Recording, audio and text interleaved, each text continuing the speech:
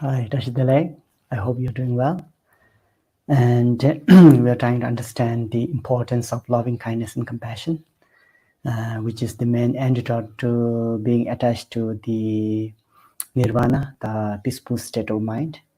And as I mentioned some days back, that it is totally okay to free yourself from the suffering of samsara and the cause of suffering of samsara, and enjoy the permanent, the blissfulness state of mind.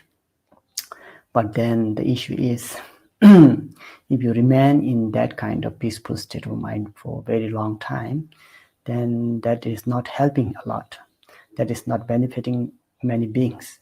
So it is more or less like in a inactive mood. So we don't want to remain as inactive mode. We want to benefit as many sentient beings as possible by attending this blissful or state of mind of nirvana. So because of that reason, GAMPOPA encourage us not to just rest in that peaceful state of mind for forever, but then try to develop kind and concern for others. Just like you don't want to suffer, so do other beings. Just like you want to be happy, so do other beings. So because of that reason, you and all other sentient beings shares the equal kind of wish to be happy and free from suffering of samsara. And that is one of the main reasons that we need to generate loving kindness and compassion for the benefit of others as well. So when you are able to practice this, it will bring a lots of joyfulness within yourself, because then you are being, you're sharing whatever you have realized. You are sharing your realizations for the benefit of others. You're teaching them the cause of happiness, and so that the sentient beings can implement those causes of happiness, and they too will able to see or experience the result of permanent happiness. Likewise, you can teach them the cause of suffering, and then to enlighten them and clear their illusion and ignorance. And then by that doing so, they will be able to see the cause of suffering, and then they can also slowly, by understanding the method how to eliminate those causes, then they can also slowly be free from the suffering of samsara. So this is how you can benefit so many beings, just by sharing your knowledge, just by sharing your wisdom. And this is why GAMPOPA encourage us not to just rest in the peaceful state of mind of nirvana, but at the same time, benefit all other sentient beings. So therefore, we're trying to understand and trying to meditate on generating loving kindness and compassion. So yesterday we talked about importance of loving kindness, why we need to generate loving kindness, how many different types of loving kindness are there, what are the primary characteristic of each of these classifications, and what are the object of your practicing of loving kindness, and how can one practice loving kindness, or the method of practicing loving kindness, and measuring your practice, and then finally the beneficial effects or the qualities of developing loving kindness. So today we'll be try to understand compassion. So loving kindness is the genuine wish to see all other beings happy and have the cause of happiness, whereas compassion is genuine wish to see all sentient beings free from suffering and the cause of suffering. So the compassion is not only, just to feel pity of others' suffering or weakness or unsuccessfulness, but then not only that, you go more deeper than that, and that is to say that you can really feel the suffering of other beings, and then you really want to, relieve their pain by actually, helping them, being practical, not only making an aspirations or making wish, but then you are also, applying all those cause and conditions, making all those cause and conditions possible for other beings, so that they can really, eliminate their suffering. They can really feel, free themselves from the suffering of samsara and the cause of some suffering. So this is how genuine compassion is. And this kind of compassion is not limited. It should not be limited. You should not have compassion for just for your beloved and near ones or dear ones, but then this kind of compassion should expand towards all sentient beings. Why? Because you remember the method how we generated loving kindness. We generated loving kindness by taking your mother as example and recollecting all the kindness of your mother or any individual that who has been so kind and helpful to you, and then recollecting their kindness, and then by able to do something back to them for the benefit of them.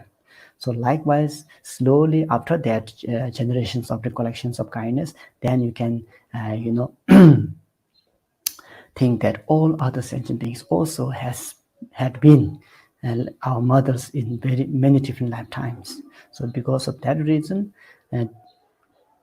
when they had been your mother, they have also did their best to support you.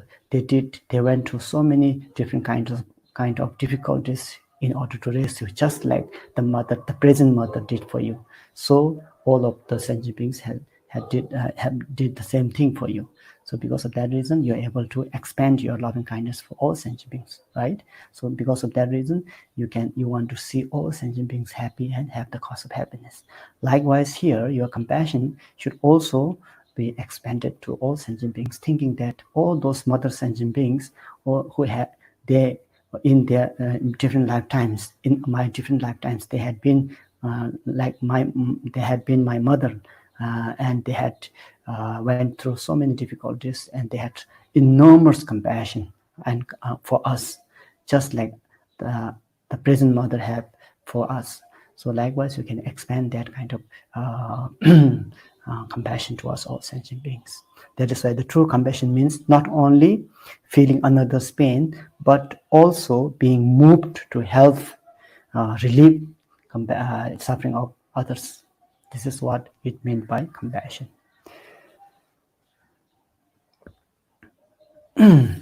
So before we continue compassion, there's a small short story about Buddha's previous lifetime when he practiced loving kindness. So remember yesterday we heard about the story of Buddha's in his previous lifetime being Brahmin Mahadatta and practicing loving kindness and benefiting himself and his parents, his community, and all the people of his kingdom. Likewise, today's story tells you about in Buddha's previous lifetime, while he was being a king named Bala Maitreya, so he was able to help other beings by practicing loving kindness. So the story goes like this. So Buddha was staying in Sharasti, meditating under the tree, and then Ananda was always there attending Buddha.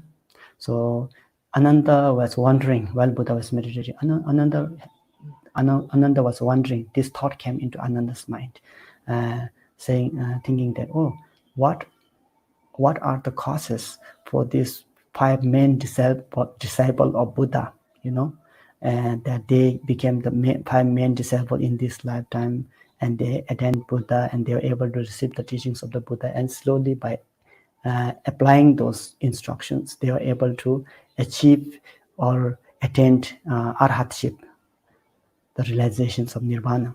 So then he was wondering what may be the cause for this. Then he slowly asked Buddha, my Lord Buddha, I was wondering what are the causes for this your 5 main disciples, Kuntayana, Katayana, and Kuntinaya, etc. Then Buddha said, not only I have helped these 5 disciples in this lifetime by sharing my Dharma, and because of that they were able to free from suffering of samsara, and they were able to attain nirvana. Not only this lifetime, but also in their previous lifetime, I have also helped them. And so this is how the story begins. And how did you help them? So Ananda asked, and Buddha replied, I had provided them food and drinks. And what were those food and drinks?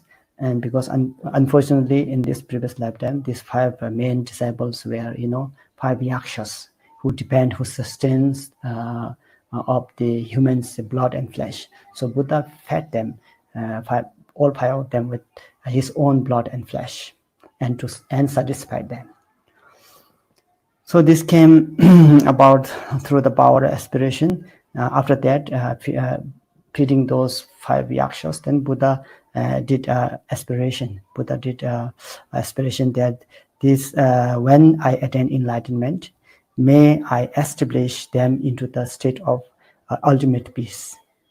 So this was the aspiration that Buddha made after practicing that kind of generosity. So then Ananda wants to know more about this story. So Ananda again requested Buddha, can you please tell this in more detail?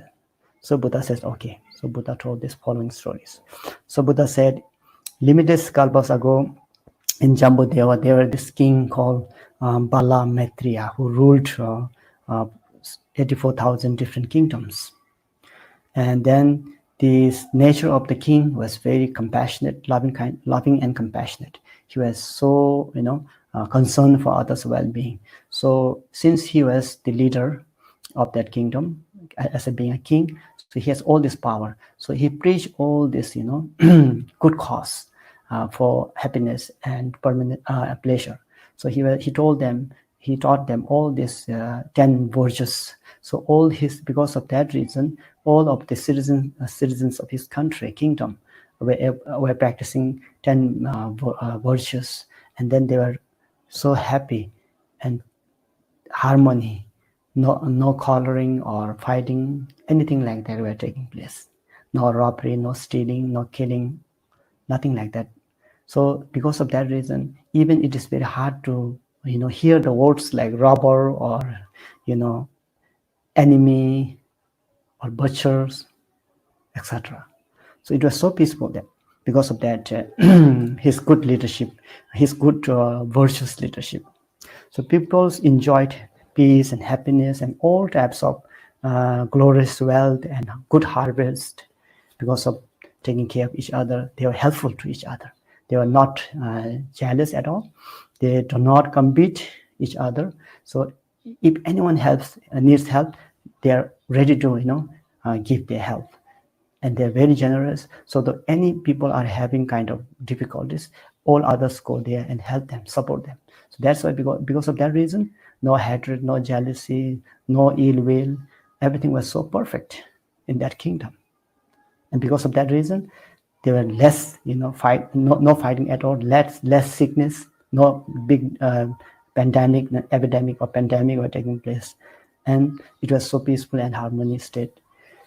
So the king Bala Maitreya was a very good ruler. He ruled the country according to 10 virtues. And his citizens also applied those, remedies, applied those instructions fully, completely, and with diligently and with happily. And because of that reason, they can see the results of that. But unfortunately, next to their kingdom, there were these 5 yakshas who lived on and eagerly enjoyed others' blood and flesh. So they sustained, their living by taking humans' blood and flesh. But then they tried to come into this kingdom, finding food. But here, none of their wishes could be accomplished. So they were very hungry and thirsty. The suffering suffering from the lack of causing harm to others. So they approached to the king Bala Maitreya because they thought that they heard about him, and then they were going under very hardship, not finding any food for them. So they went to see the this king Bala Maitreya, and then they told the king that we sustain our lives by eating flesh and drinking the blood of human beings, but through the power of your rules of virtue, by all the people of your country abide this virtuous act, and we do not have any opportunity to harm anyone, and that's why they are suffering. That's why they are feeling hardship to find their food. So therefore they complained and they request, and they told the king, we are starving with thirst and hunger. Don't you have any compassion or kindness towards us? And because of after hearing this, the king Balamitra was moved, and he was very sad. Oh, there are people who dependent on humans, other individual humans, flesh and blood by karma. As a result of karma, there are some individual which he never heard about, So there are some individual who really depend on others' flesh and blood. So he was very sad to hear this story, and then he give rise to generate loving kindness for them. And then he said, okay, I will give you my flesh and blood from my own body, because I can't take any others flesh and blood from others, any individuals, because I have so much care and concern and loving kindness for them. So the only thing I can serve you, I can protect you from losing your life, is that I can offer you my own flesh and blood. So then Buddha, at that time, King Balamitra tried to cut his hand and legs and slowly fed his blood to them. And then slowly they were all satisfied. So after having that, being satisfied by blood or flesh and some flesh and blood of Buddha, so Buddha gave them a teaching. You yakshas, from now on, you must always engage in virtuous actions, because what you are suffering now is because of the results of your unvirtuous act in the past. So in order to not to suffer this kind of thing in the future, then you need to apply the good cause. That is the not harming of others and respecting our others' life. And then Buddha also made another aspiration. This time I gave them my blood from my body and dispelled the suffering of their hunger and thirst. By this powerful merit, may I establish them in the moral ethic, meditative concentration, and wisdom awareness when I achieve enlightenment. So this was the aspirations that Buddha made. So any aspirations, when you make any aspirations with genuine heart, with genuine thought, with pure motivation, then it always works. That's why at that time, after satisfying all these five yakshas with his own flesh and blood, Buddha made these aspirations. And because of that power of those aspirations, all these five yakshas in this lifetime, in Buddha's lifetime, they became his first followers, or the first five disciples. And he made another aspiration. Through that, may their sufferings be ended and may they attain the unsurpassable state of nirvana. So these are the two aspirations that King Balamitra made after satisfying five yakshas by feeding them his own flesh and blood. So that's the end of the story. And then Buddha told Ananda, I myself am the former king Balamitra. So Buddha told him that he was the king, former king and Balamitra in his different lifetime, accomplishing cultivations of loving kindness. The five yakshas are now my first disciples, Kundayana, Katayana, and so forth. By the power of that aspiration, they received my first teaching in Varanasi and had the opportunity to see the ultimate truths just by receiving those teachings and implementing those teachings. Therefore, now they attained ultimate nirvana. So this is the short story about King Balamitra in Buddha's previous lifetime, who was practicing loving kindness. And this story tells us that loving kindness also helps other sentient beings, not only yourself, but also helps other sentient beings. So this is the story, and today we are going to understand more about compassion.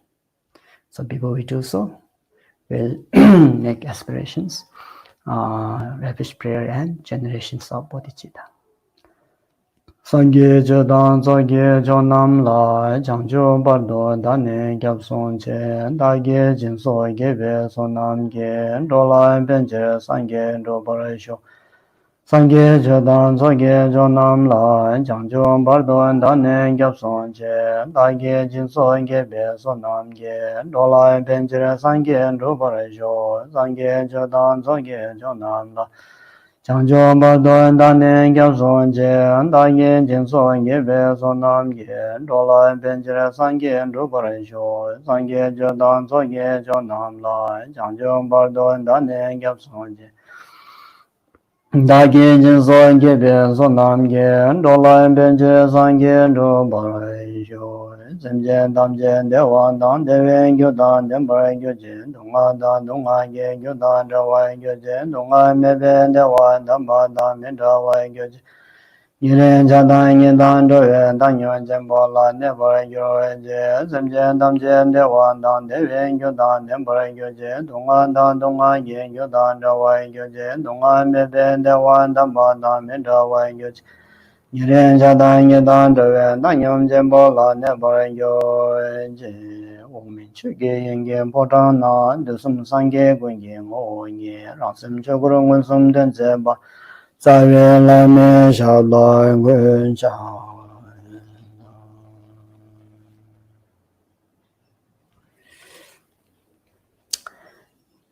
So compassion in Sanskritam is karuna, a genuine wish to see other beings free from suffering and the cause of suffering. And this both loving kindness and compassion is very, very necessary at this time, especially in this time when there's a health crisis is taking place and economic crisis are taking place. People are hopeless and none of the scientists and doctors are being able to make any antidotes or medications for this pandemic. So because of that reason, there are lots of anger and hatred are spreading all over the world. And people are trying to blame each other and making all these different types of bad comments. So people are giving rise to lots of negative thoughts, hatred and ill will, jealousy, and so forth. So this is very unfortunate, and this is the right moment to practice your loving kindness and compassion, because up until now we have been quite fortunate that we have not witnessed or encountered anything like this. So we have enough, food, clothing, shelter. We have enough medications and education so far, except some countries, unfortunately. But this time, because of this pandemic, it has moved the whole world. It spread so fast, and the worst thing is, it is invisible. It's very hard for us to protect from this pandemic. We don't know who is carrying this pandemic, since it is invisible. So because of that reason, it is very hard and it's very unfortunate. And while you face this kind of situation, as a Buddhist, what you need to do is you need to recall the Buddha's teaching, the first teachings of the noble truth, Four Noble Truth, the truth of suffering. Up to now, we heard suffering from his teachings in the book, but we have not really encountered such different type of suffering, such enormous type of suffering, such a very, worrisome and very hopeless. So when you face this, then you have to apply the antidote. Then you have to remember the words of the Buddha, and then you have to be even more, practice even more strongly. You need to practice loving kindness and compassion even more strongly. And because this may be our collective karma, because whole world is experiencing these difficulties and suffering. So because of that reason, we need to, instead of blaming each other, instead of giving, hateful speech, instead of, pointing out to each other, which will only bring, more hatred, more jealousy, more kind of retaliation of spirits. So that's not healthy at all. It's not healthy from the scientific point of view. It's not healthy from the dharmic point of view as well. So what we can really do is that help as much as possible.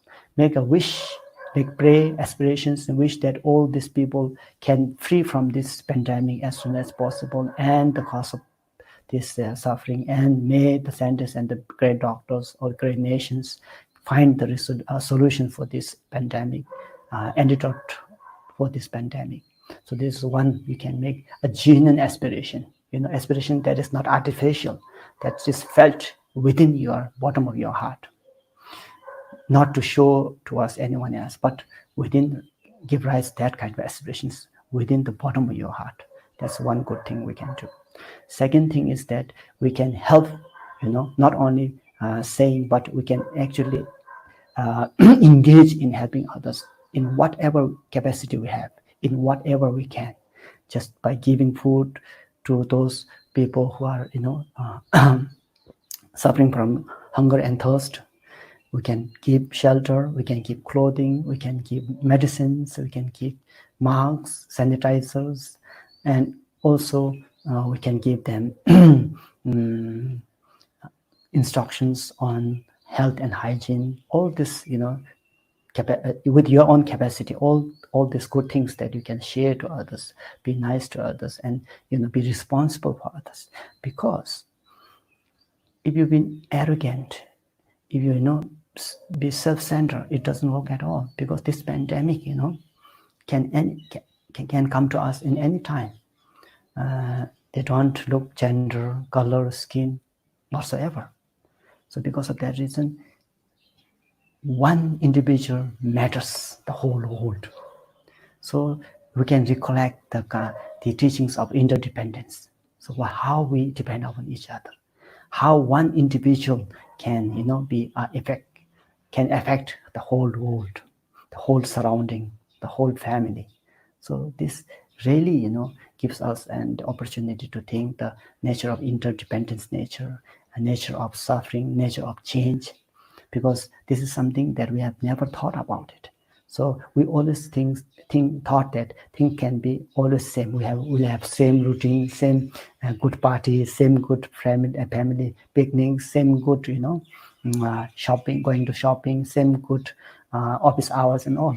But this hit us that nothing is permanent, everything changes according to cause and conditions. So this is also another good opportunity for us to remember impermanence nature as well. And not only that, this pandemic taught us, how to be mindful with whatever you are touching, eating, what kind of diet you should have, all health and hygiene issues are related, and which can, it gave us how we can be mindful of things. And it also gave us an opportunity that things that we value so much, things that we are attached so much, even though they are not with us, we can still survive, isn't it? We are now locked down for like almost 2.5 months now, but we still can survive. All those hustles and bustles of our life, all those business that we used to engage with. Sometimes we now think that were those necessary actually?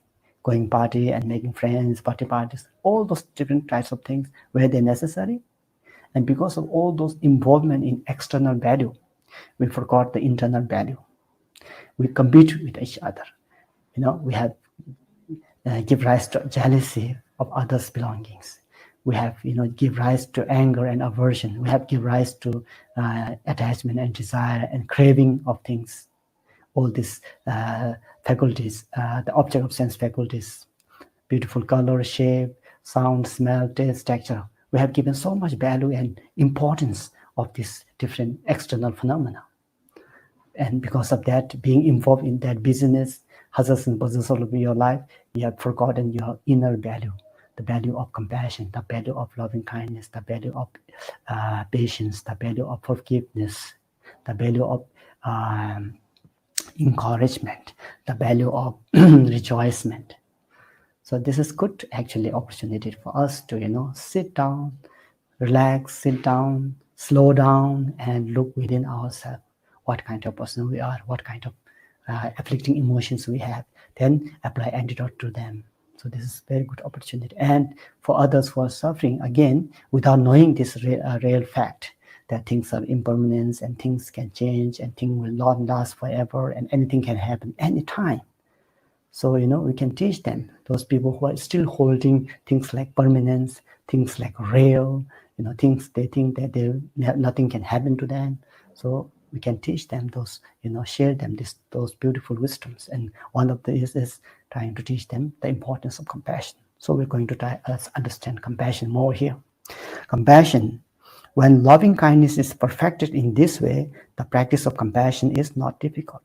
So as we studied up loving kindness, the method of how to generate loving kindness. So if you have that kind of technique with you, then it is not hard for you to cultivate kindness. So GAMPOPA gives here another 6 topics to understand compassion. So these 6 topics comprises the study and practice of compassion. So what are those? The presentations are in same manner as loving kindness. Classifications of compassion, object of compassion, a method of practice of compassion, identifying characteristic of those compassions, method of practice of compassion, measure of the practice, and finally the beneficial effects of compassion. So this 6 topic comprises the study and practice of immeasurable compassion. So the first topic, classification. There are 3 types of compassion. Compassion with sentient beings as its object, number 1. Number 2, compassion with phenomena as its object.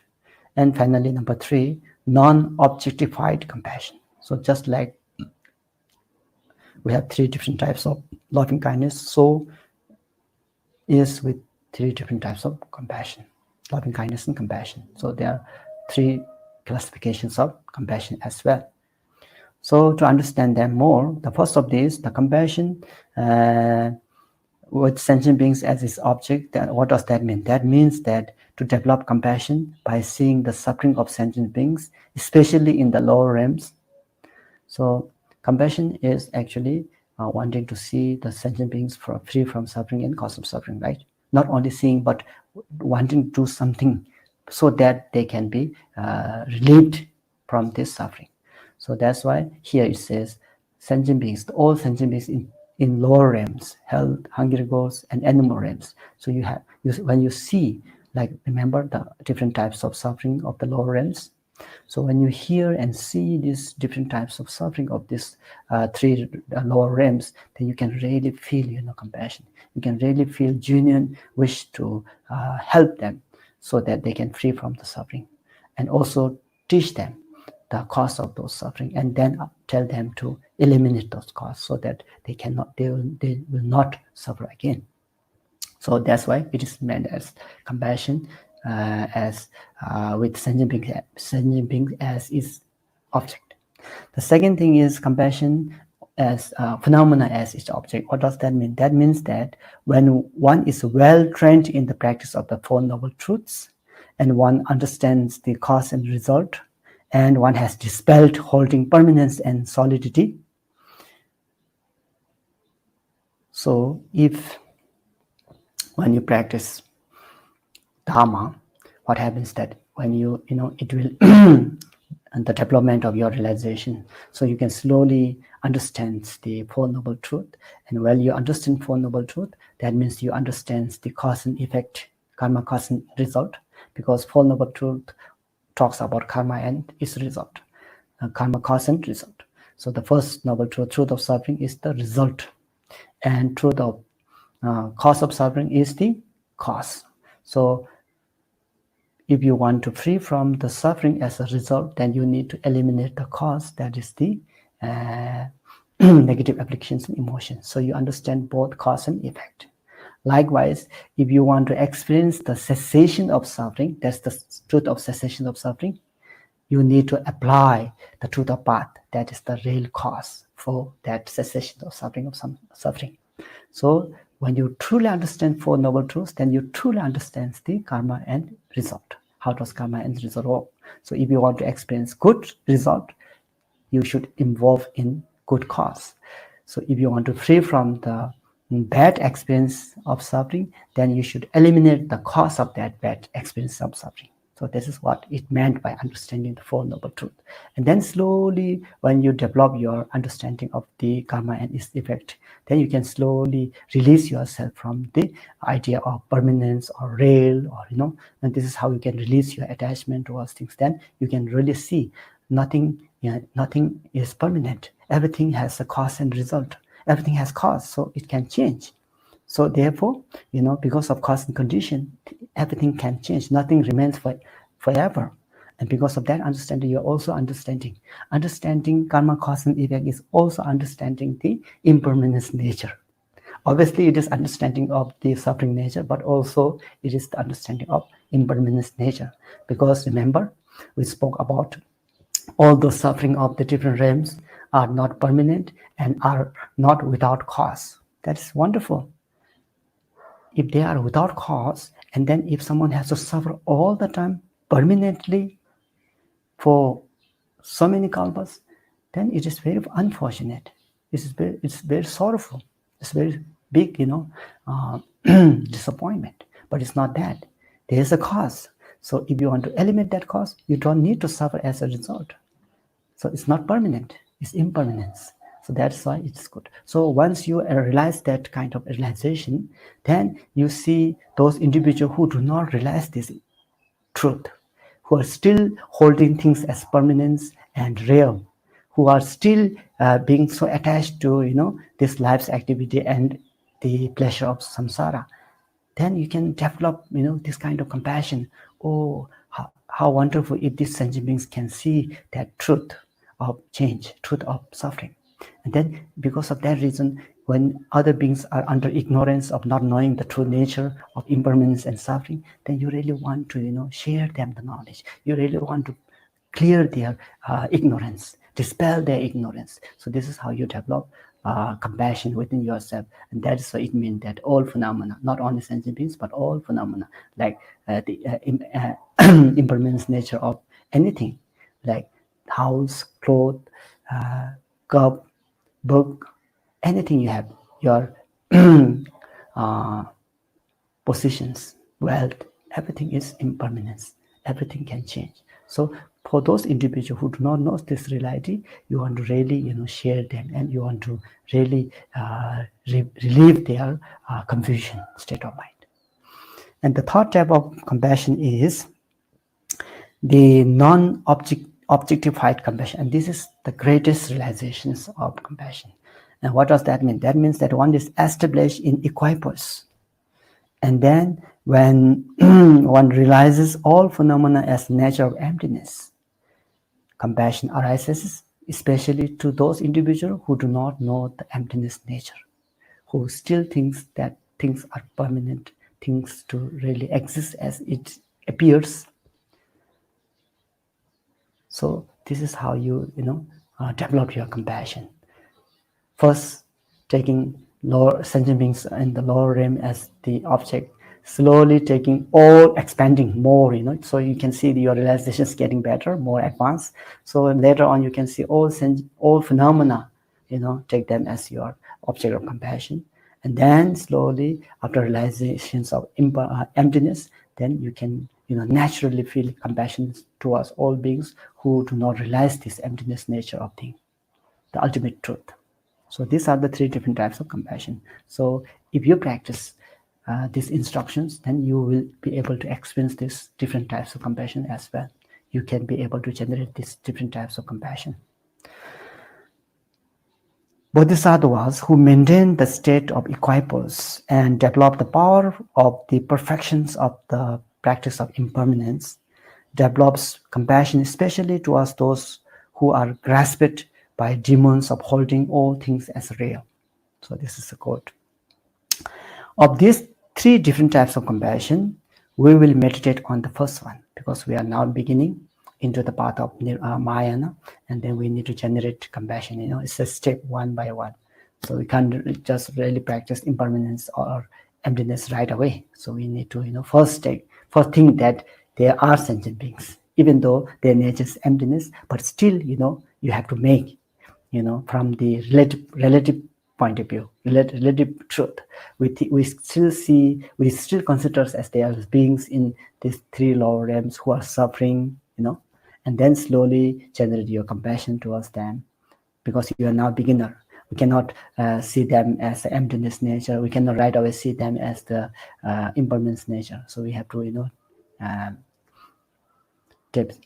go step by step, progress our practice in the Dharma. So therefore, GAMPOPA says first we need to meditate on the first one. And the second point or the topic is the object. So here, all sentient beings are the object of your compassion, especially beings in three lower realms. Third topic is identifying the characteristic. So what is compassion? So the compassion is a mind that wants all sentient beings to separate from suffering and its cause. This is the primary characteristic, or identifying the characteristics of the all of these different types of compassion, especially the first compassion. And the fourth topic is how to meditate, or what is the method of practicing compassion. So we are going to understand this more. Method of practice. We join this practice through our feelings for this life's mother. So remember, just like we did with the method of practicing loving kindness. So here also we take your mother as an example. And you see if your mother is in a painful state of mind, if your mother is in the state of hunger and thirst, if your mother is in the state of suffering from heat and cold, if your mother is enslaved by other beings or tortured by other beings, what would you do? You definitely generate compassion for your mother. Likewise, you do the same with all other individuals in different realms, like all those beings in hell realm, for example. You generate compassion for them, seeing them as your own mother. Because remember, same idea, all sentient beings have been your own mother, because we have experienced, this cycle of existence for, from the beginningless time. So therefore, we have to expand that compassion towards all sentient beings. So here we do the same thing. So suppose my mother was in a place where someone beat her, cut her into pieces, cooked or burned her in a fire, or suppose she was freezing cold and her body was blistering. So remember all these sufferings of the hell realm. So if your mother also is a state of suffering of similar to hell realm, even though she is in human realm, but she may have some kind of difficulties by beating by others, or by maybe born on fire and so on and so forth. Likewise, or if she is, feeling the sensations of cold, freezing cold, and her body was blistering, what would you do at that time? At that time when you see your mother, I would develop extreme compassion for her, obviously, because she was so kind to you, because you have already practiced the recollecting of the kindness of your mother. And also, when they were your mother, they also had enormous compassion towards you. So therefore, when you see them in that kind of difficulties, you develop enormous compassion at the same time. Likewise, the sentient beings in the hell realm, who are definitely our mothers, are being tortured by this kind of suffering. Why would compassion not arise? So one should meditate on compassion, desire to free such beings in hell realms from suffering and its causes.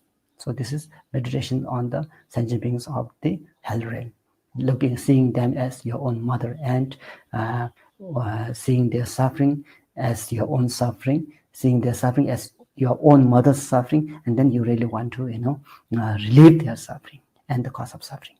So likewise, second presentation is with regard to these sentient beings in the hungry ghost. Also, if my mother was in the place where she suffered from the thirst and hunger and was tortured by sickness, fever, fear, and feeling of helplessness, then I would develop extreme compassion. Obviously, you will do.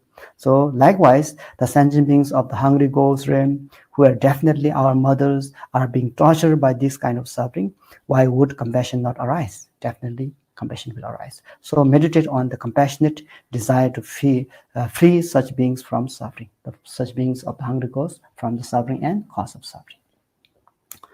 Also, if my mother was in the place. So this is the meditation related to the beings in the animal realm. If my mother was in the place where she suffered aging and weakness and was enslaved without choice, beaten, killed, cut, and so forth, then I would develop extreme compassion. So if you see your mother in these difficult situations, you would develop enormous or extreme compassion. Likewise, when you see the sentient beings in the animal realms who were definitely our mothers and are suffering from same way, torture or enslaved or cut, then why would compassion not arise? Definitely it will arise. So meditate on the compassionate desire to free such beings of animals in animal realm from their suffering and cause of suffering. So this is how you can develop compassion towards the beings in animal realms. So the next presentation is all those beings in 3 higher realms together, and humans, demigods, and gods. So also, if my mother was near a precipice over which she could fall for 1,000 yonjanas, and she was unaware of these dangers, and no one has showed this to her, or no one has warned to her of this kind of risks. Once she fell into the abyss, she would experience great suffering and be unable to climb out again. Then I would develop extreme compassion. So when you see your mother in this kind of situation where she is almost to fall down, and she didn't know that she's falling down, and no one has shown her, oh, there's a risk of falling down. So once she falls down, it is very hard for her to climb up, right? It's a pitch, edge of the mountain, so to speak. So likewise, all those sentient beings in the 3 higher realms, God, demigod, and human realms, they are also, even though they are enjoying for now, they have this risk of falling down after they, consumed all the good karmas. After their good karma are exhausted, they keep withdrawing their good karma, and they never redeposit or deposit any good karma in this lifetime. Then there's a risk of falling down. And once they fall down into lower realms, it is very hard to climb up. Remember, the lifespan of the lower realm are unthinkable, right? So they have to suffer more. So before that, we should warn them. We should show them the path. We should give them the instructions that, oh, what you are now attached to, pleasure of this lifetime and pleasure or the pleasure of samsara, and all that you're thinking and giving so much value and cherish so much. You teach them, oh, these are the nature of impermanence, nature of change. So you should not hold, and you should not have so much desire and attachment. If you have so much desire and attachment to it, you will have so much disappointments when things go apart, falls apart, breaks down. If someone takes things away from you, if someone insults you about your figure, body, beauty, possession, wealth, and so on and so forth, you will give rise to anger and aversions, and this is where the samsara begins, and this is where the involvement of the cause of suffering take place. So therefore, it is a very risk. You are at a very risk. So therefore, you should be very mindful. You should have mindful, and you should be aware of all the actions of your body, speech, and mind. So then you can protect yourself from the falling into the 3 lower realms.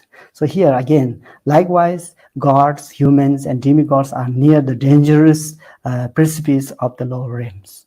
They have no awareness that they should avoid negative actions. They have not met spiritual masters, and once they fall down, it will be very difficult for them to come out of these 3 lower realms. Why would compassion not arise for them? Obviously, you don't want to see them falling down because you really respect and you really recollected their kindness and compassion towards you. So someone who is so nice to you, someone who has been so kind to you, someone who has so much compassion to you, do you want to see them falling down? No, you don't, right? So therefore, naturally, you need to generate bodhicitta, compassion for them. So you expand this compassion towards all sentient beings of the 6 realms, thinking that they are your mother. So therefore, we call mother sentient beings in Buddhist instructions, Buddhist teaching. So meditate on compassionate desire of freeing such beings from these sufferings of 3 higher realms and cause of suffering. So this is the method how we need to cultivate compassion or develop compassion. So the next topic is measuring of your practice. So to see where your practice reached, where your compassion practice reached. Is your compassion is just only for yourself or your family members or your partners? Is that it?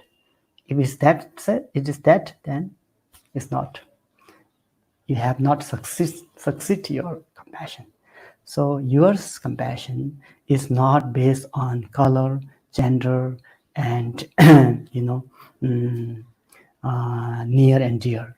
Your compassion should be for all sentient beings. Why? Because all sentient beings were your mother. Remember that this kind of technique that GAMPOPA shares here is very beneficial. And by thinking that all sentient beings are your mother, then you would not like to generate ill will for them. You would not like to give rise to hatred and be angry to them, right? So you really respect them, you value their kindness, and then you want to see them happy, free them from suffering of samsara. So this is how you develop your compassion. So here, measuring of your practice. When one has fully purified self-cherishing and is fully released or cut from the chain of self-cherishing, when from the depth of the mind one desires all sentient beings to free from suffering, that is the time when you really when you have this kind of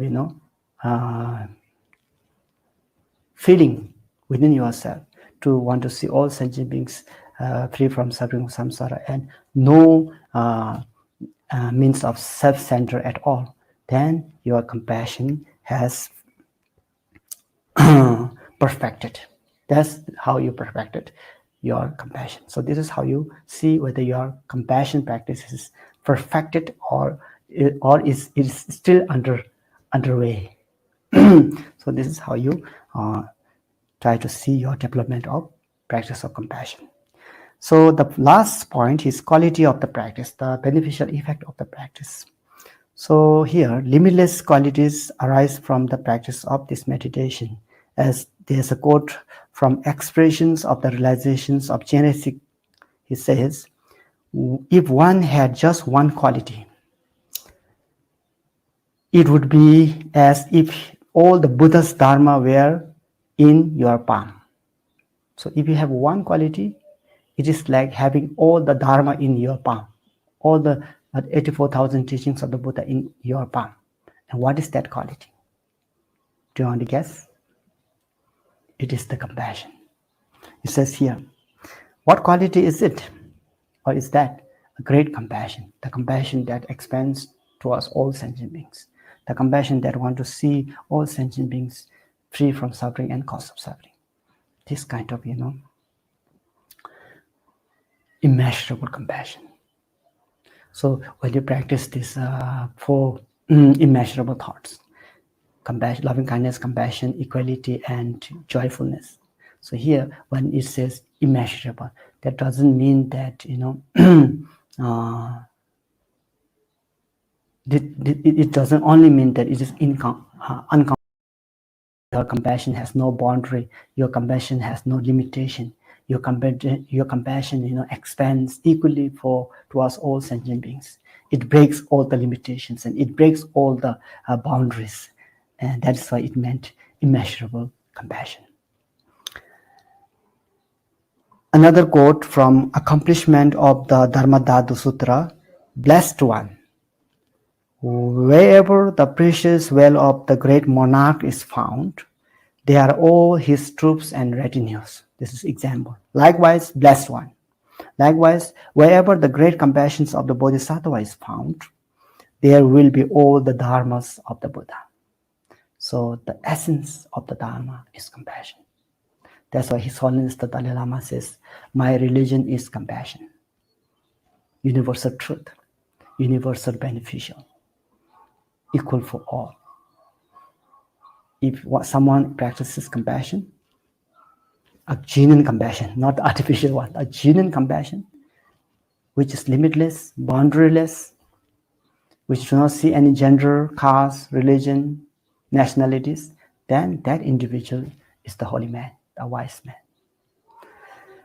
Another quote from the Showing the Secret of the Tathagata Sutra says, Kuyapati, the primordial wisdoms of the omniscience one grows from the root of compassion. So it says that the primordial wisdom of the Buddha grows from compassion. So compassion is the base for attainment of unsurpassable enlightenment, primordial wisdom. Thus, when through loving kindness one wants all beings to achieve happiness, and through compassion one wants all beings be free from suffering, then one is no longer interested in achieving one's own peace and happiness, because he or she has dedicated his or her entire life for the benefit of others. He or she has generated loving kindness and compassion that is immeasurable, boundaryless, limitless, expands all sentient beings. Then one is delighted to attain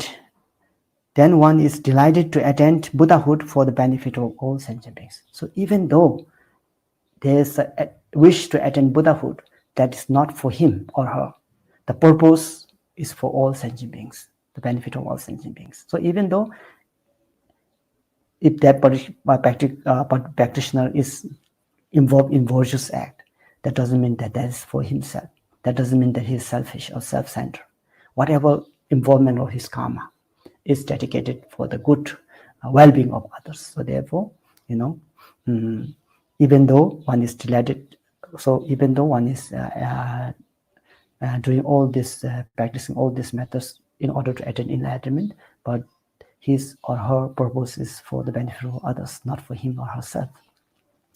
This becomes the remedy to the attachment to the pleasure of peace.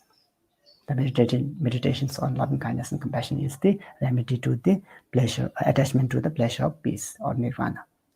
Therefore, by developing loving kindness and compassion in the mind, one cherishes others more than oneself. See, before that, we cherish ourselves more, right? We don't want to think about others. We don't care about us. We don't want to bother of thinking about others. But now, because of practice of generosity, loving kindness and compassion, obviously, we now think the importance of others. We now value the importance of others. And it is with reason, because it's not stupid practicing loving kindness and compassion. It is with good reason. If I practice compassion, if I practice loving kindness, if I be nice to others, definitely my circumstance, my circulations of people, my associations of people, they will be nice to us too.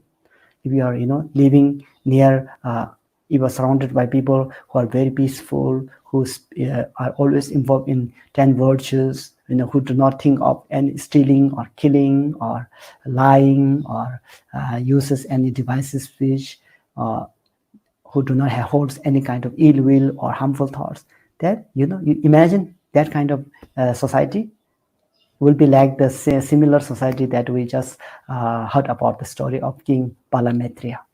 Very peaceful, harmonious. Can you do that? Obviously we can do it. But how? We should all be responsible of doing this. We should not wait that someone else will do it. So our main weakness is that we always wait that someone should have compassion to me, someone should have loving kindness to me, someone should give me something. So we always depend on the expectations there. So that doesn't work that way. So you need to be the role model. You need to act first.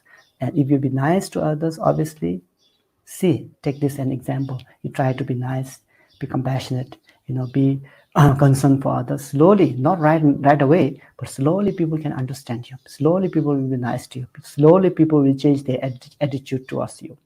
Slowly their confusions, thinking of bad about you, will slowly clarify, pacified. So that will be very pleasant. Therefore, and there's another last quote from the Lamb of the Path of Enlightenment. By examining the awareness of one's own suffering, one develops a desire to completely free all sentient beings from suffering, and this is called supreme being. So someone who thinks of others, someone who can really feel the suffering of others, and someone who really wants to relieve the suffering of others. This is known as the superior being.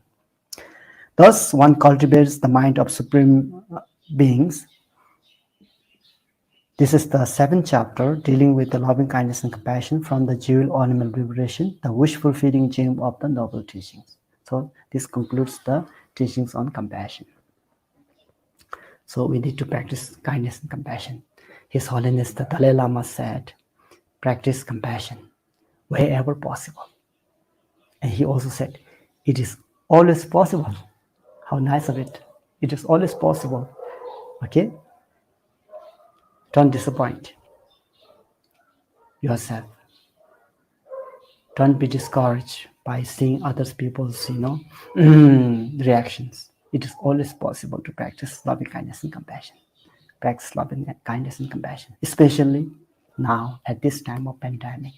Very useful for yourself, for your peace of mind, and also the well-being of others. Thank you. So we shall dedicate the good merits of listening, teaching, and sharing the Dharma for the benefit of all sentient beings.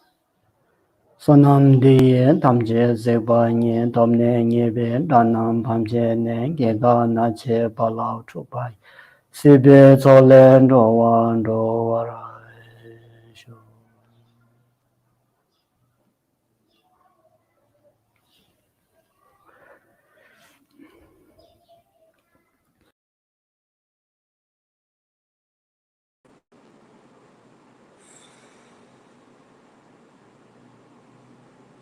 Today, we should practice meditation and reciting the mantra and aspiration prayers. For that, firstly we take refuge and generating bodhicitta. Therefore, you visualize that in front of you, the sky, that your Guru, and surrounded by Buddhas and Bodhisattvas, Lamas, Idams, protectors.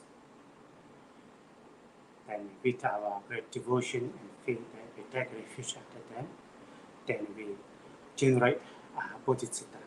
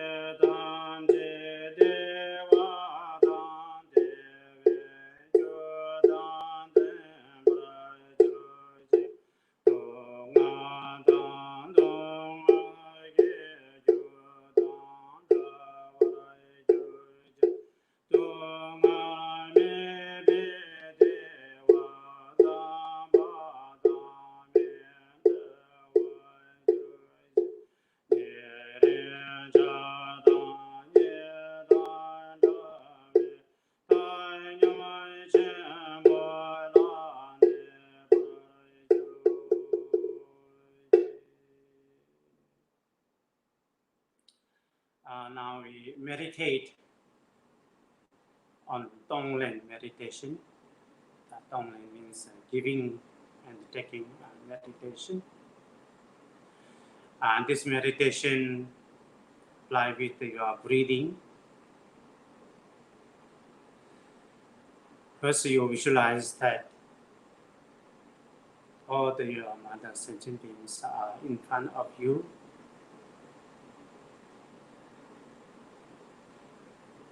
All the sentient beings, what they want is happiness. What they don't want is sufferings, but because of the ignorance, they don't know how to obtain the happiness, how to free from the sufferings.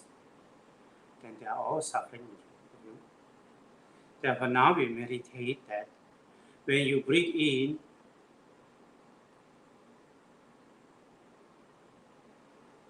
we visualize that all the mother sentient beings, they are sufferings like pain, fears, sickness,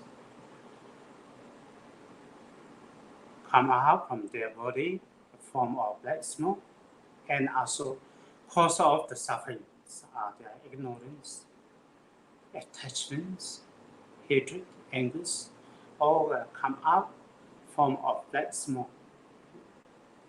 To breathe in with your breathing, that's black smoke. Breathe into your body, reach in the heart level. You will have small fire at the heart. Then this fire will burn after all the black smokes. You imagine that all the mother sentient beings are free from the suffering, free from the pain, and free from the cause of the sufferings.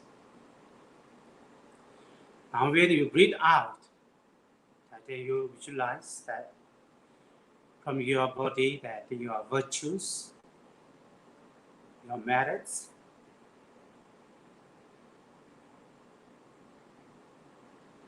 and your love and compassion will come out with the form of white smoke or dissolve into them. You imagine they all receive happiness and the cause of happiness. Imagine they are free from the suffering and the cause of the suffering. They forever stay with the happiness and the cause of happiness.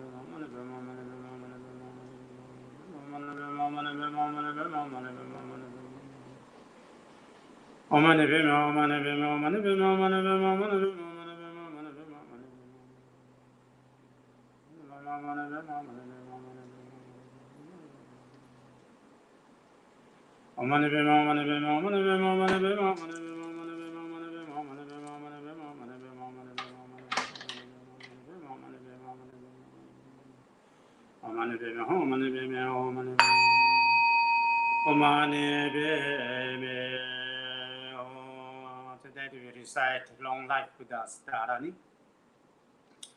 Therefore, you visualize that above your head, that long life Buddha, Buddha Amitayu. The Buddha Amitayu is a Sambhoga Kaya form of the Buddha Amitabha. Now from your heart, that radiate light, this light dissolve in the Amitayu's heart. I request Amitayu to give us the blessings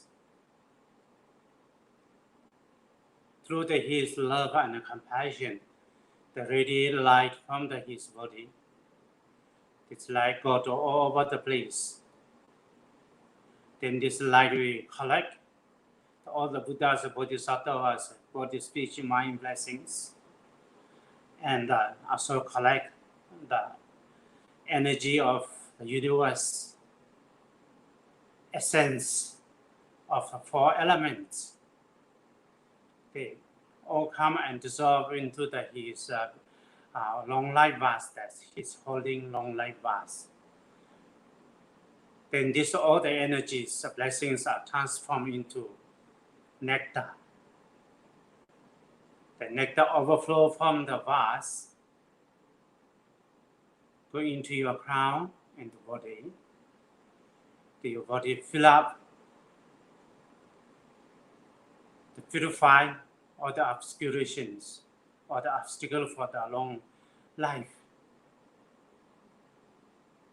Imagine that you have received blessings of all the Buddhas, Bodhisattvas, all the energy of the universe and essence of elements. Your body is full of energy. The radiating light from your body. With this visualization, we recite a mantra, this long dharani, and 7 times. Om Namo Bhagavate Aparimita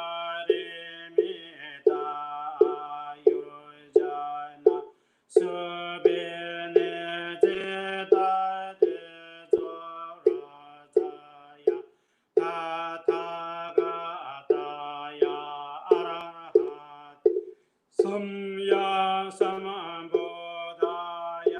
Teyata Om Bune Bune Mahabune Aparimita Bune Aparimita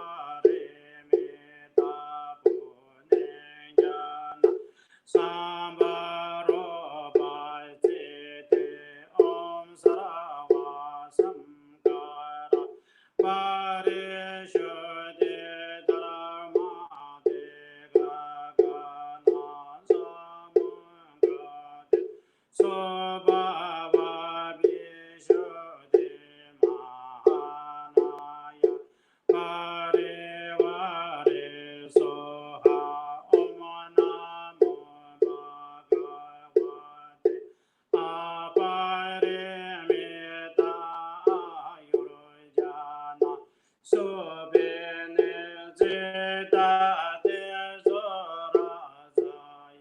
Tathagataya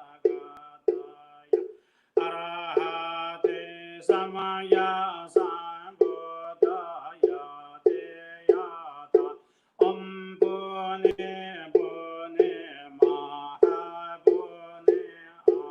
Aparimita Bune Aparimita Bune Jana Sambaro Bhaitite Om Sarava Samkara Parishuddhi Dharma Degagana Samungati Sobhava Vishuddhi Mahana Parivare Soha Om Namo Bhagavate Aparimita Ayurjana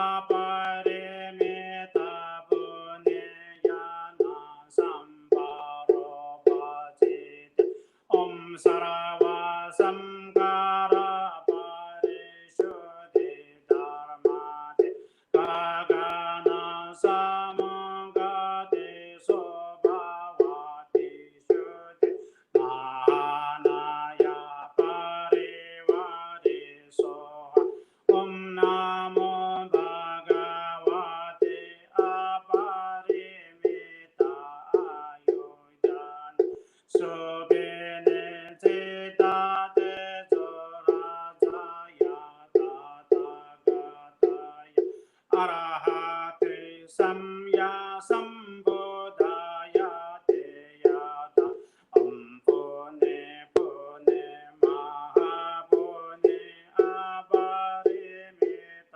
Pune Aparimita Pune Jnana Sambharo Bhajite Om Sarava Samkara Parishuddhi Dharmate Gagana Samangate Sobhavati Shuddhi Mahanaya Parivari Soha Om Namo Bhagavate Aparimita Ayodhan Subhine Cita Tejorajaya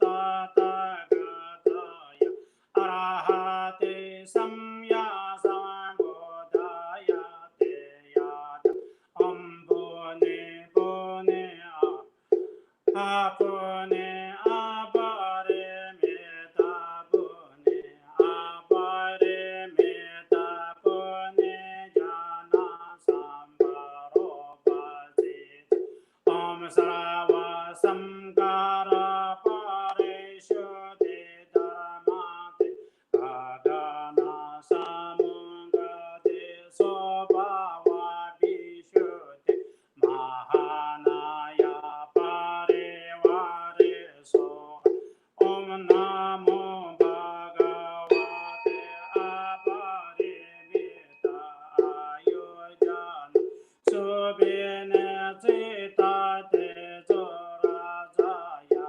Tatagataya Arahate Samya Sambuddhaya Teyata Ampune Pune Mahabune Aparimita Pune Aparimita Pune Jnana Sambharo Bhajite Om Sarava Samkara Parishuddhi Dharmate Gagana Samangate Sobhavati Shuddhi Mahanaya Parivari Soha.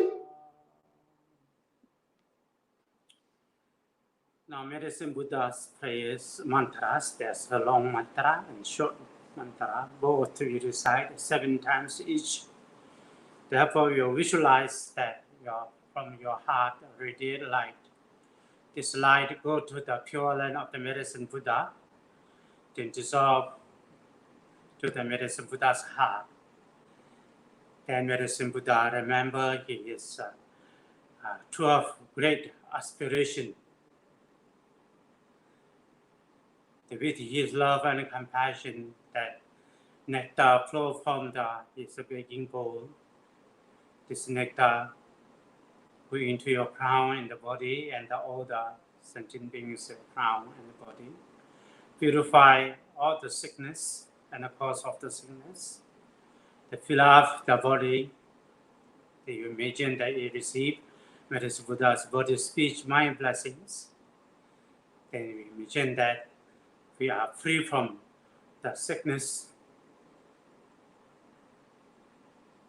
and the cause of the sickness. Om Namo Bhagavate Bhikkhanse Guru Pendraya Prabharajaya Tatagataya Arahate Samya Sambuddhaya Te Yata Om Bekanje Bekanje Maha Bekanje Raja Samangate So Om Namo Bhagavate Bekanje Guru Vindruya Prabharajaya Tathagata Arahate Samya Sambuddhaya Te Yat Om Bekanje Bekanje Maha Bekanje Raja Samangate Swam Om Namo Bhagavate Bekanje Guru Bendruya Prabharajaya Tathagata Arahate Samya Sambuddhaya Te Yata Om Bekanje Bekanje Maha Bekanje Raja Samangate So Om Namo Bhagavate Bekanje Guru Bendruya Prabharajaya Tathagata Arahate Samya Sambuddhaya Te Yata Om Bekanje Bekanje Maha Bekanje Raja Samangate Soha Om Namo Bhagavate Bekanje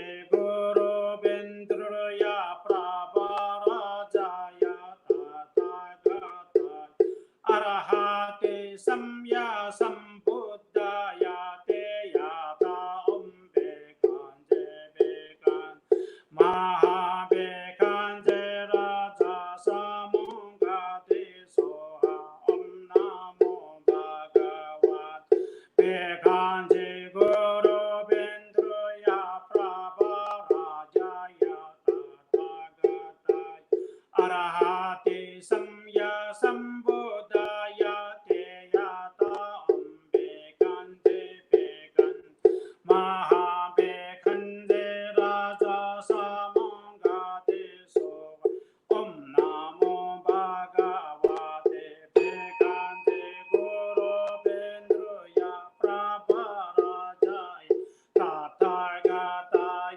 Arahate Samya Sambuddhaya Te Yata Om Bekanje Maha Bekanje Raja Samangate Soha Te Yata Om Bekanje Bekanje Maha Bekanje Raja Samangate Soha Te Yata Om Bekanje Bekanje Maha Bekanje Raja Samangate Soha Te Yata Om Bekanje Bekanje Maha Bekanje Raja Samangate So Te Yata Om Bekanje Bekanje Maha Bekanje Raja Samangate So Te Yata Om Bekanje Bekanje Maha Bekanje Raja Samangate Soha Te Yata Om Bekanje Bekanje Maha Bekanje Raja Samangate Soha Te Yata Om Bekanje Bekanje Maha Bekanje Raja Samangate Soha.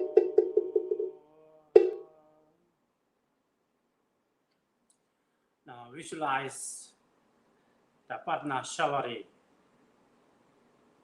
deity in front of you. She is one of the 21 Taras emanation. Visualize that nectar flow from her body and go into your crown in the body that purify all the sickness and the cause of the sickness, and purify all the obscurations of the negative energies all purified.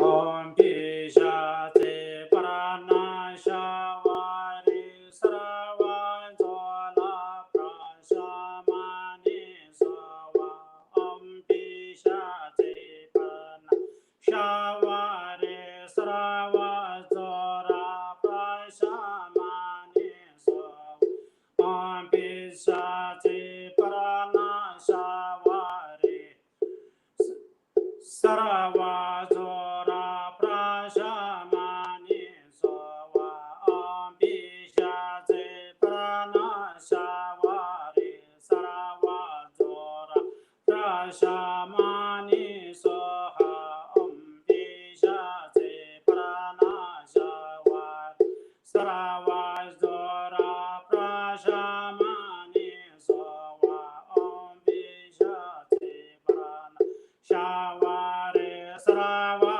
Zara Prashamani Sava Om Pishate Pranashavari Sava Zara Prashamani Soha Om Pishate Pranashavari Sarava Zara Prashamani Soha.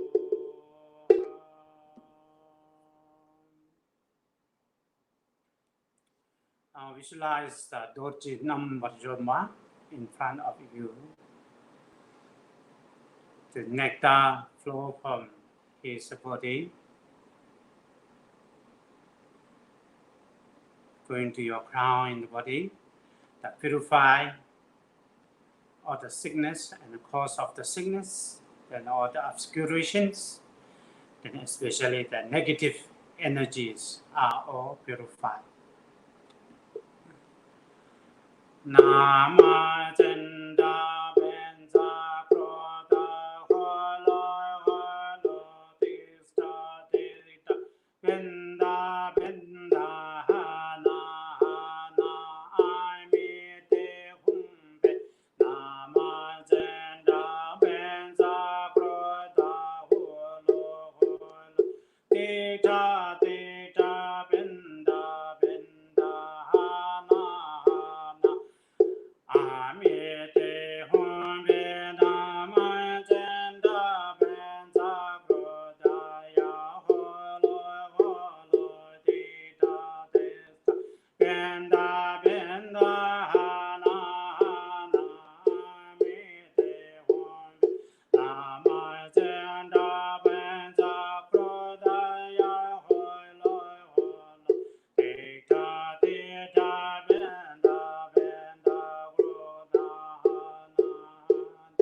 Amrite Humbe Nama Benza Prodaya Holo Holo Tita Tita Benda Benda Hana Hana Amrite Humbe Nama Benza Prodaya Holo Holo Tita Tita Benda Benda Hana Hana Amrite Humbe Nama Chanda Benza Prodaya Holo Holo Tita Tita Benda Benda Hana Hana Amrite Humbe Nama Benza Prodaya Holo Holo Tita Tita Benda Benda Hana Hana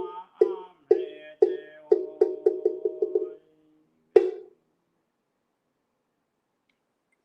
Now visualize the two magic deity in front of you. The nectar flow from his body, in the crown in your body, that purify all the sickness and the cause of the sickness, and all the obscurations, especially negative energies are all purified. Om Bhurkum Maha Brahmanaye Brute Bhugi Male Ozo Ma Kroda Humbe Om Bhurkum Maha Brahmanaye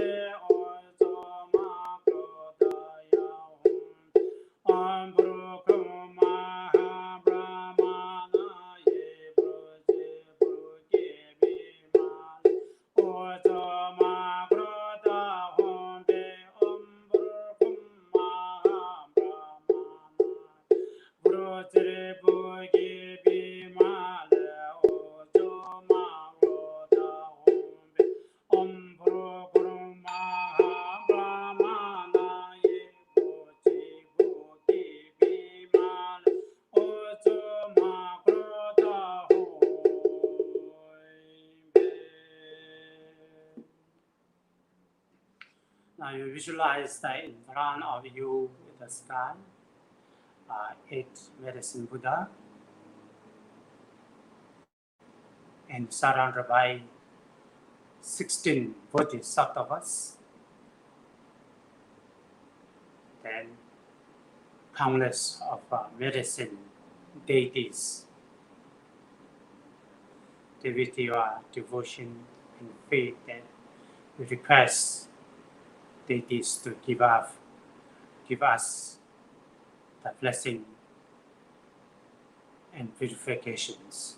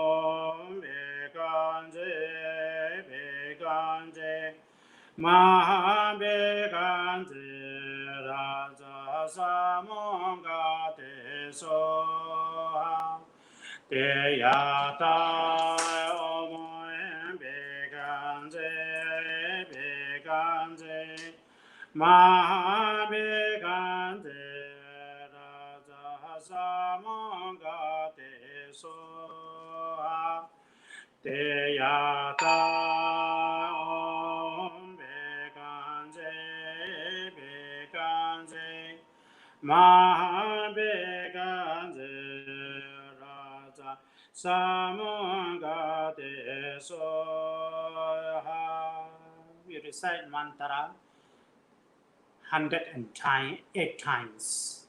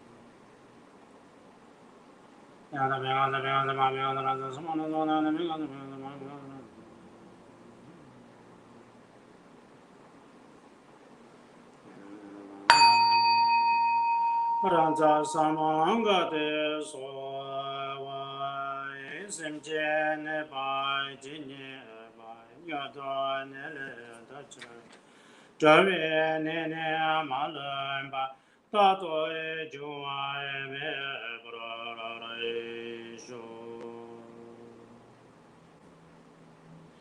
When we do the aspiration prayers, that time you must think of the meaning of the phrase.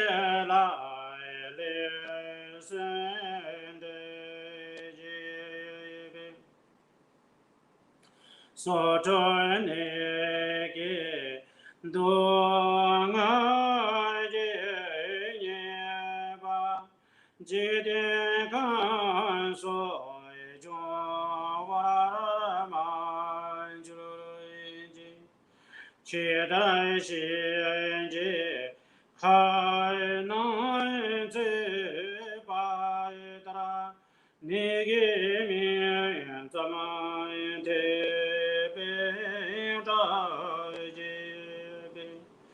Ninji bai dai dai perim sai ki li je gen la ne bai mai jurui ji ne be ge re dai da ji ai joy dang lo bra yen doi sang ja doi joy dang shi ja zai shi ne la so ba yi li je gen la se wa ra ma ji ro ji li sen de wa ma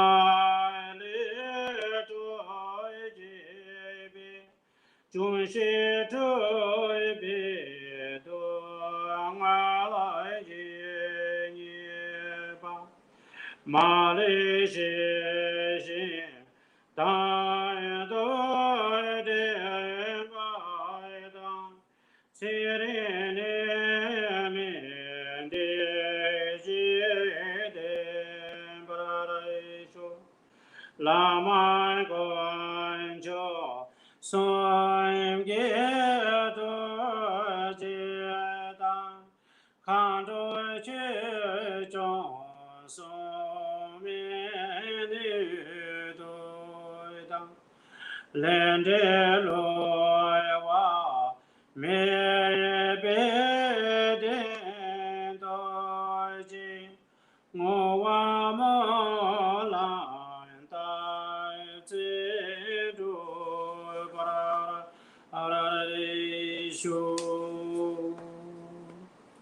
Emma hoi ngon tra san jie na wa tai ta ye su jo tu jie chen bo dang yan do sen ba ye tu jie do na la san jie chan se pa mi ko jie pro Deje Wansara Pado Me Paye Dewa Jenji Javi Ashingande Nane Dene Sebe Jomanda Kewa Shinji Brahma Jibairo Tero Jine Nande Sheto Shoy Dige Dage Melai Tabati Sojo Sanje Johnson Tamji Kime Dobra Jingi Lato Deya Dai Benza Deya Awa Boda Naye So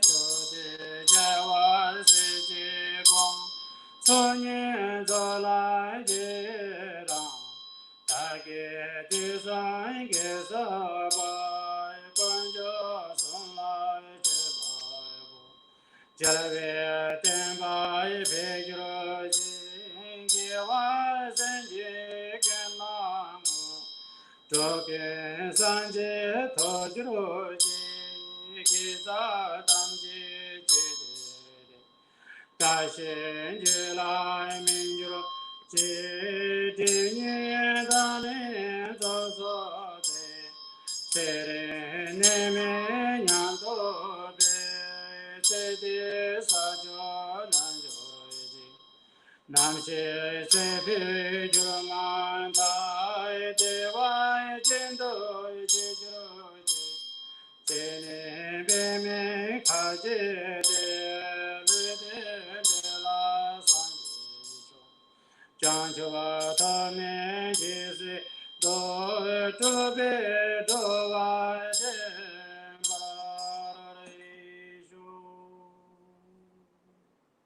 Now do dedication. Senande time jinse bani tome ye be dai nai banjini ke ga na ji ba la do ba ai Sebe sole do wa do wa I show.